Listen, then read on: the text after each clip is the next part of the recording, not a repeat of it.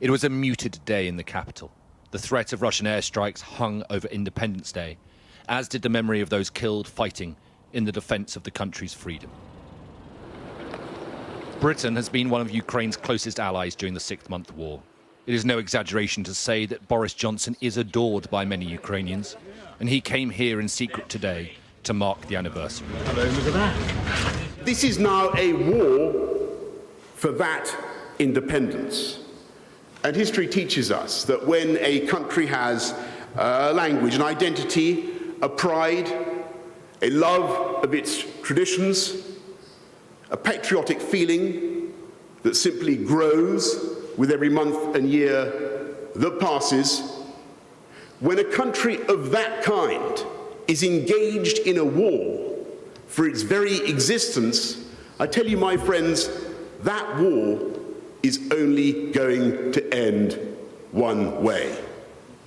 Ukraine will win.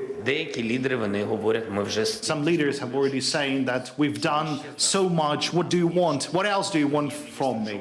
Now, the Prime Minister Johnson always said, what else the UK can do for Ukraine to win, as Ukraine will definitely be victorious. I think that's the major essence of the relations of UK to Ukraine, and this respect and the friendly relations in between of us.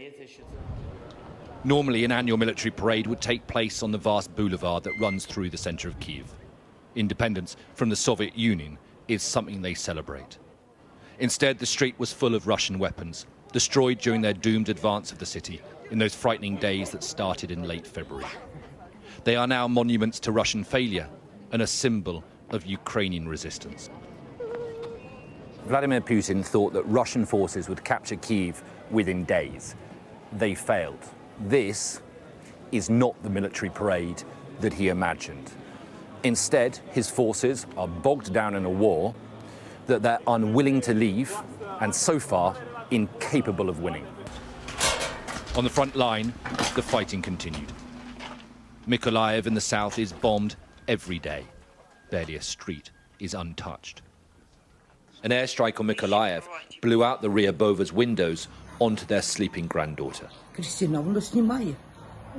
This is what their third-floor apartment looked like afterwards. И как это случилось, без 10, без 5, где-то 7. Такой, это не передать, это так быстро, вот такой шух, такой шар огненный и с пылью. Влетает тут в спальню, дверь открыта, меня поднимает и бахкает об кровать. The windows are now boarded up, which gives them some protection. But of course, it also blocks the light, so their electricity is on more than normal, and that costs them money they don't have. She shows us what little they have left for the month. They couldn't even afford bread this morning. Every morning, people in this city venture outside to see who is alive and who is not.